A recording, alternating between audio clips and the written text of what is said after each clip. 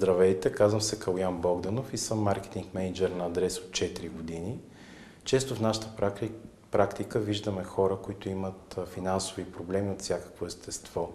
Имат проблем с изплащането на кредита, имат проблем с изплащането на комунални сметки, имат проблем с изплащането на лизингови вноски.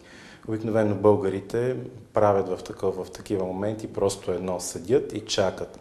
Това е много погрешен подход при решаването на този проблем, защото просто се превръщате в една мишена на десетки телефонни обаждания да си върнете кредита.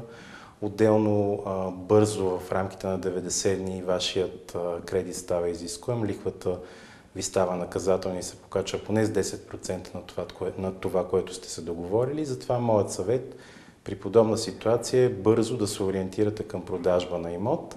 Свържете се с професионален консултант, който ще даде най-добрите съвети как да направите една бърза и изгодна сделка, която ще доведе до стабилизиране на финансовото състояние и вие ще бъдете и в бъдеще част от кредитния пазар, защото кредитното ви досие ще остане чисто.